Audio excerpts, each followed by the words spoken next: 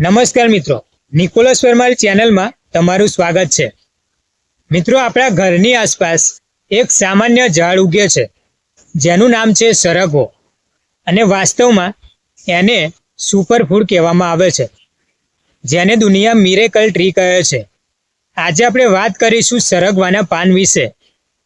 જો તમે માત્ર 15 દિવસ સુધી રોજ આ પાનનું સેવન કરશો તો તમારા શરીરમાં અદ્ભુત ફેરફારો થશે, અને એ ફેરફારો જાણીને તમે પણ દંગ રહી જશો।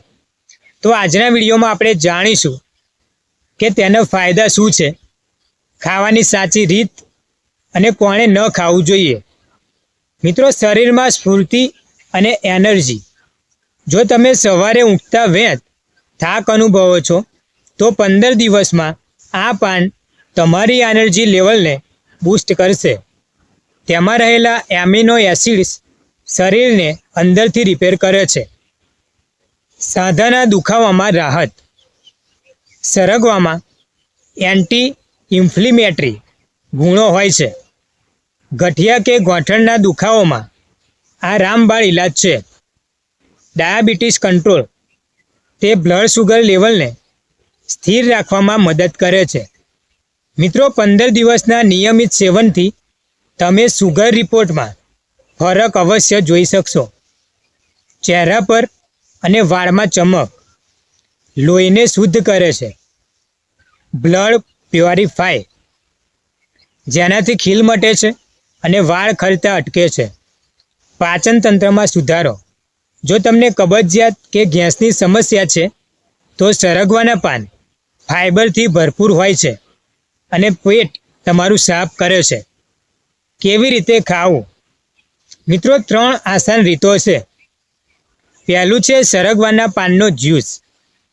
મુઠ્ઠી તાજા પાન લો, થોડું પાણી નાખી મિક્સરમાં પીસી લો અને ગાળીને પીઓ। થોડું લીંબુ અને મધ નાખી શકાય છે।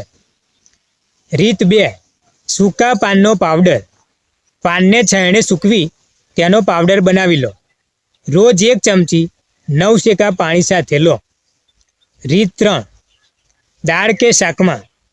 તમે તેને તમારી રોજની દાળ, શાક કે પરોઠાના લોટમાં મિક્સ કરીને પણ ખાઈ શકો છો।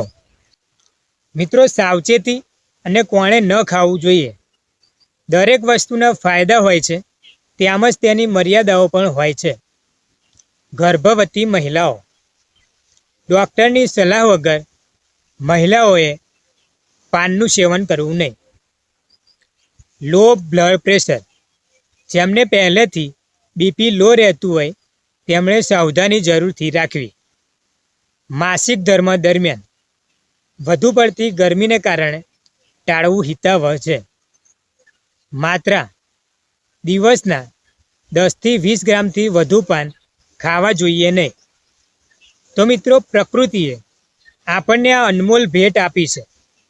આજે જ તમારા આહારમાં સરગવાના પાનનો સમાવેશ કરો, અને 15 દિવસ પછી તમારો અનુભવ નીચે કોમેન્ટમાં ચોક્કસથી જણાવજો।